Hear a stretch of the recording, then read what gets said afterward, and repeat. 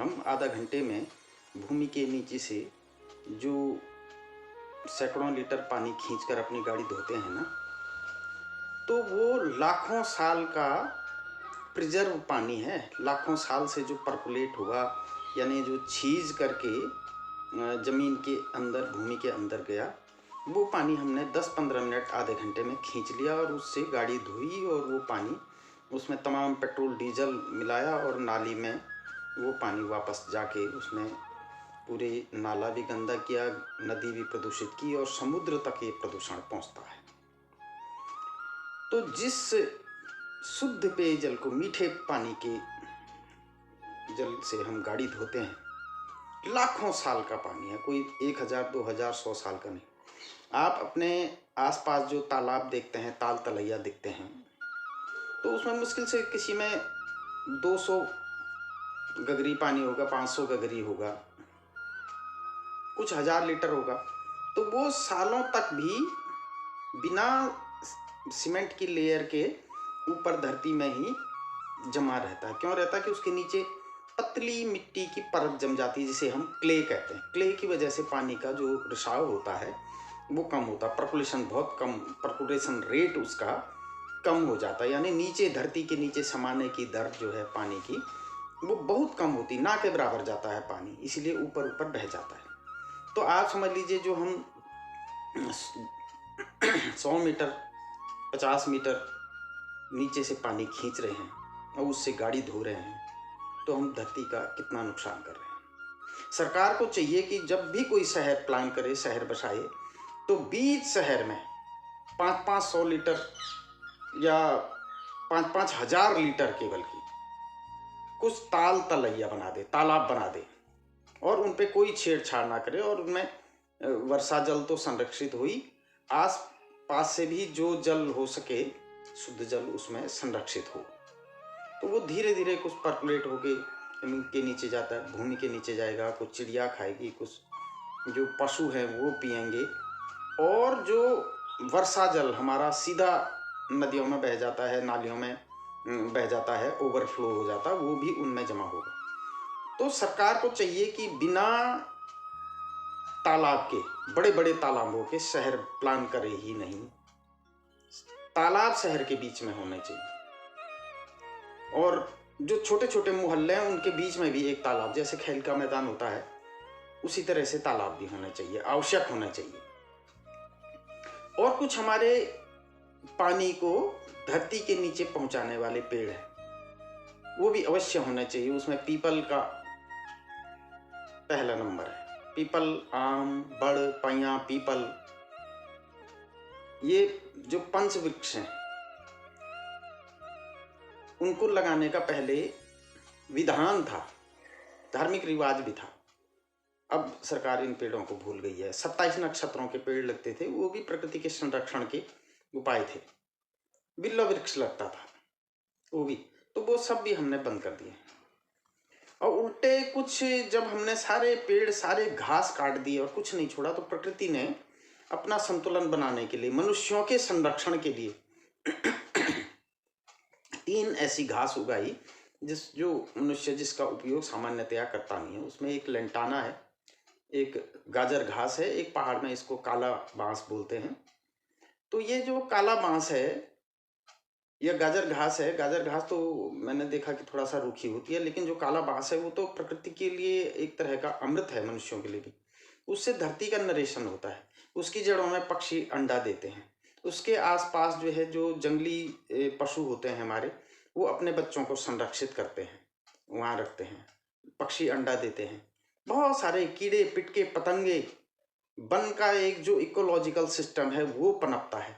और होता क्या है कि उसकी जड़ में, उसके आसपास बड़े वृक्षों के बीज भी गिरते हैं, तो कुछ वर्षों में जो है बड़े वृक्षों के बीज जो है वो उग जाते हैं।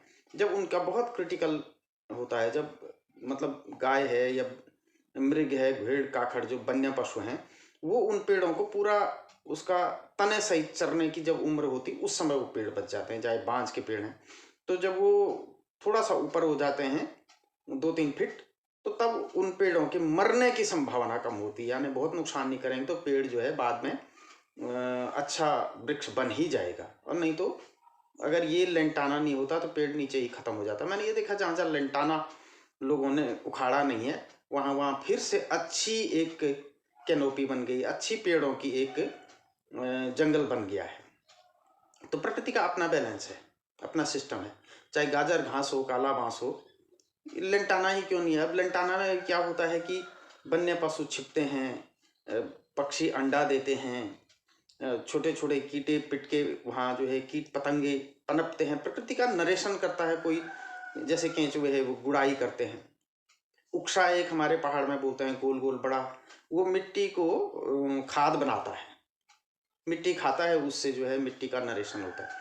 तो धरती के नीचे ये गुड़ाई करते हैं बहुत सारे जो मिट्टी के नीचे रहने वाले जीव हैं, तब उससे धरती के नीचे थोड़ा सा पानी पहुंचता है, धरती की नमी बनी रहती है। और जो काला बांस है ना और गाजर घास है वो, और ये लेंटाना है, वो भी हमें ऑक्सीजन देते हैं। और ये जो काला बांस है वो तो रात मतलब वो तो एवरग्रीन पौधा है, और उसकी बल्कि एंटीबायोटिक्स बनती है। उसके पत्तों को आप पीसिए और सीधा चटनी बनाइए और कटे फटे पके फूड़ा फुंसी पे लगाइए तो वो ठीक हो जाता है। और न जाने क्या क्या मेडिसिन है, इतना तो हमको गांव के जो लोग हैं वो अपने अनुभव बताते हैं। तो इसलिए प्रकृति में जो उग रखा है, कोई ऐसा पेड़ पौधा, ऐसी जड़ी बूटी नहीं है जो मेडिसिनल ना हो या जिसकी हमारे लिए महत्ता ना हो, महत्वपूर्ण ना हो। तो इसलिए ऐसे पेड़ों को भी नहीं उखाड़ना चाहिए। और कम से कम प्लीज धरती के नीचे से पानी चूस कर गाड़ी ना धोएं। वो पीने के लिए जल है, ज़्यादा से ज़्यादा उसके खेतों में हल्के फुल्के सिंचाई करिए, बहुत ज़्यादा नहीं, कुछ ऐसे सिंचाई के तरीके निकालिए ताकि पूरा पानी चूस के हम लोग उसको वाष्पीकृत कर देते हैं, धरती के नीचे से खींचते हैं। न जाने कितने लाखों साल की वो संपदा है जल के नीचे, धरती के नीचे, और हम खींचते हैं उसको, हवा में उड़ा देते हैं। तो भविष्य की पीढ़ी के लिए तो हमने कुछ नहीं छोड़ा। हमारे बहुत सारे शहरों का जो वाटर लेवल है वो बहुत नीचे चले गया है, और कई शहरों का तो जल खत्म ही हो गया है, भूमिगत जल उनका खत्म हो चुका है। ग्राउंड वाटर उन लोगों, उन शहरों का खत्म हो गया। भारत के भी बहुत सारे शहर हैं, विश्व के बहुत सारे शहर ऐसे हैं, हो गए हैं।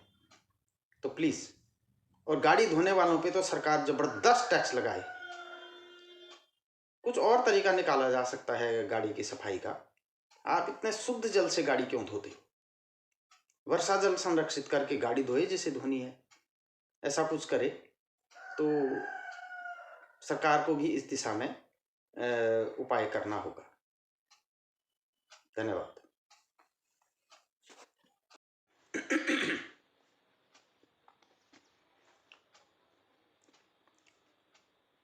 हम आधे घंटे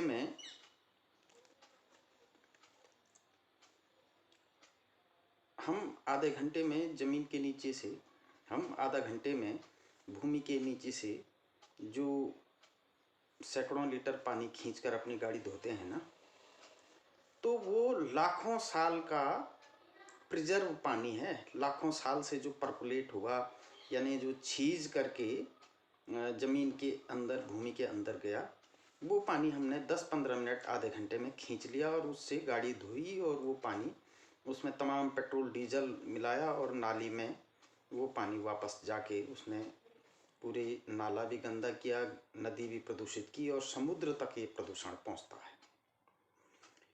तो जिस शुद्ध पेयजल को, मीठे पानी के जल से हम गाड़ी धोते हैं, लाखों साल का पानी है, कोई 1000, 2000, 100 साल का नहीं। आप अपने आसपास जो तालाब देखते हैं, ताल तलैया दिखते हैं, तो उसमें मुश्किल से किसी में 200 गगरी पानी होगा, 500 गगरी होगा, कुछ हजार लीटर होगा। तो वो सालों तक भी बिना सीमेंट की लेयर के ऊपर धरती में ही जमा रहता है। क्यों रहता है? कि उसके नीचे पतली मिट्टी की परत जम जाती है, जिसे हम क्ले कहते हैं। क्ले की वजह से पानी का जो रिसाव होता है वो कम होता है, पर्कुलेशन बहुत कम, पर्कुलेशन रेट उसका कम हो जाता है, यानी नीचे, धरती के नीचे समाने की दर जो है पानी की, वो बहुत कम होती, ना के बराबर जाता है पानी, इसीलिए ऊपर ऊपर बह जाता है। तो आप समझ लीजिए, जो हम 100 मीटर, 50 मीटर नीचे से पानी खींच रहे हैं और उससे गाड़ी धो रहे हैं, तो हम धरती का कितना नुकसान कर रहे हैं। सरकार को चाहिए कि जब भी कोई शहर प्लान करे, शहर बसाए, तो बीच शहर में 500 लीटर या 5,000 लीटर केवल की कुछ तलैया बना दे, तालाब बना दे, और उन पे कोई छेड़छाड़ ना करे, और उनमें वर्षा जल तो संरक्षित हुई, आस पास से भी जो जल हो सके शुद्ध जल उसमें संरक्षित हो। तो वो धीरे धीरे कुछ पर्कुलेट होके जमीन के नीचे जाता है, भूमि के नीचे जाएगा, कुछ चिड़िया खाएगी, कुछ जो पशु हैं वो पिएंगे, और जो वर्षा जल हमारा सीधा नदियों में बह जाता है, नालियों में बह जाता है, ओवरफ्लो हो जाता है, वो भी उनमें जमा होगा।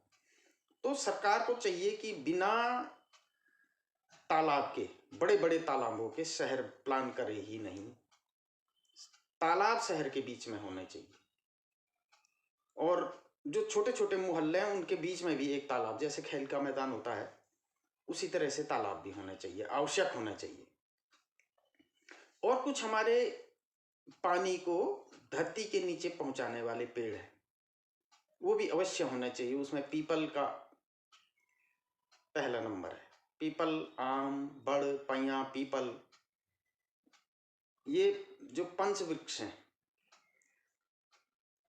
उनको लगाने का पहले विधान था, धार्मिक रिवाज भी था। अब सरकार इन पेड़ों को भूल गई है। 27 नक्षत्रों के पेड़ लगते थे, वो भी प्रकृति के संरक्षण के उपाय थे। बिल्व वृक्ष लगता था वो भी, तो वो सब भी हमने बंद कर दिए। और उल्टे कुछ जब हमने सारे पेड़, सारे घास काट दिए और कुछ नहीं छोड़ा, तो प्रकृति ने अपना संतुलन बनाने के लिए, मनुष्यों के संरक्षण के लिए 3 ऐसी घास उगाई जो मनुष्य जिसका उपयोग सामान्यतया करता नहीं है। उसमें एक लेंटाना है, एक गाजर घास है, एक पहाड़ में इसको काला बांस बोलते हैं। तो ये जो काला बांस है या गाजर घास है, गाजर घास तो मैंने देखा कि थोड़ा सा रूखी होती है, लेकिन जो काला बांस है वो तो प्रकृति के लिए एक तरह का अमृत है, मनुष्यों के लिए भी। उससे धरती का नरेशन होता है, उसकी जड़ों में पक्षी अंडा देते हैं, उसके आसपास जो है जो जंगली पशु होते हैं हमारे, वो अपने बच्चों को संरक्षित करते हैं, वहाँ रखते हैं, पक्षी अंडा देते हैं, बहुत सारे कीड़े पिटके पतंगे, वन का एक जो इकोलॉजिकल सिस्टम है वो पनपता है। और होता क्या है कि उसकी जड़ में, उसके आसपास बड़े वृक्षों के बीज भी गिरते हैं, तो कुछ वर्षों में जो है बड़े वृक्षों के बीज जो है वो उग जाते हैं। जब उनका बहुत क्रिटिकल होता है, जब मतलब गाय है या मृग है, भेड़ काखड़ जो वन्य पशु हैं, वो उन पेड़ों को पूरा उसका तने सहित चरने की जब उम्र होती, उस समय वो पेड़ बच जाते हैं, चाहे बांज के पेड़ हैं। तो जब वो थोड़ा सा ऊपर हो जाते हैं 2-3 फीट, तो तब उन पेड़ों के मरने की संभावना कम होती है, यानी बहुत नुकसान नहीं करेंगे, तो पेड़ जो है बाद में अच्छा वृक्ष बन ही जाएगा। और नहीं तो अगर ये लेंटाना नहीं होता तो पेड़ नीचे ही खत्म हो जाता। मैंने ये देखा जहाँ जहाँ लेंटाना लोगों ने उखाड़ा नहीं है, वहाँ वहाँ फिर से अच्छी एक कैनोपी बन गई, अच्छी पेड़ों की एक जंगल बन गया है।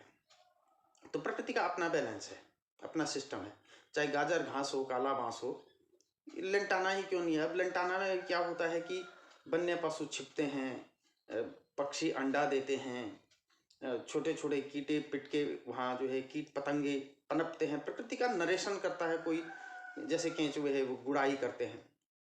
उक्सा एक हमारे पहाड़ में बोलते हैं, गोल गोल बड़ा, वो मिट्टी को खाद बनाता है, मिट्टी खाता है, उससे जो है मिट्टी का नरेशन होता है। तो धरती के नीचे ये गुड़ाई करते हैं बहुत सारे जो मिट्टी के नीचे रहने वाले जीव हैं, तब उससे धरती के नीचे थोड़ा सा पानी पहुंचता है, धरती की नमी बनी रहती है। और जो काला बांस है ना और गाजर घास है वो, और ये लेंटाना है, वो भी हमें ऑक्सीजन देते हैं।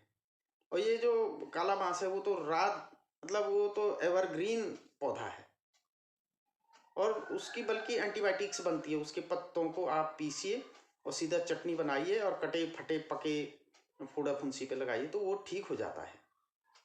और न जाने क्या क्या मेडिसिन है, इतना तो हमको गांव के जो लोग हैं वो अपने अनुभव बताते हैं। तो इसलिए प्रकृति में जो उग रखा है, कोई ऐसा पेड़ पौधा, ऐसी जड़ी बूटी नहीं है जो मेडिसिनल ना हो या जिसकी हमारे लिए महत्ता ना हो, महत्वपूर्ण ना हो। तो इसलिए ऐसे पेड़ों को भी नहीं उखाड़ना चाहिए। और कम से कम प्लीज़ धरती के नीचे से पानी चूस कर गाड़ी ना धोएं। वो पीने के लिए जल है ज़्यादा से ज़्यादा, उसके खेतों में हल्के फुल्के सिंचाई करिए, बहुत ज़्यादा नहीं, कुछ ऐसे सिंचाई के तरीके निकालिए ताकि पूरा पानी चूस के हम लोग उसको वाष्पीकृत कर देते हैं, धरती के नीचे से खींचते हैं। न जाने कितने लाखों साल की वो संपदा है जल के नीचे, धरती के नीचे, और हम खींचते हैं उसको, हवा में उड़ा देते हैं। तो भविष्य की पीढ़ी के लिए तो हमने कुछ नहीं छोड़ा। हमारे बहुत सारे शहरों का जो वाटर लेवल है वो बहुत नीचे चले गया है, और कई शहरों का तो जल खत्म ही हो गया है, भूमिगत जल उनका खत्म हो चुका है। ग्राउंड वाटर उन शहरों का खत्म हो गया। भारत के भी बहुत सारे शहर हैं, विश्व के बहुत सारे शहर ऐसे हैं, हो गए हैं। तो प्लीज़, और गाड़ी धोने वालों पे तो सरकार जबरदस्त टैक्स लगाए। कुछ और तरीका निकाला जा सकता है गाड़ी की सफाई का। आप इतने शुद्ध जल से गाड़ी क्यों धोते? वर्षा जल संरक्षित करके गाड़ी धोए जिसे धोनी है, ऐसा कुछ करे तो सरकार को भी इस दिशा में उपाय करना होगा। धन्यवाद।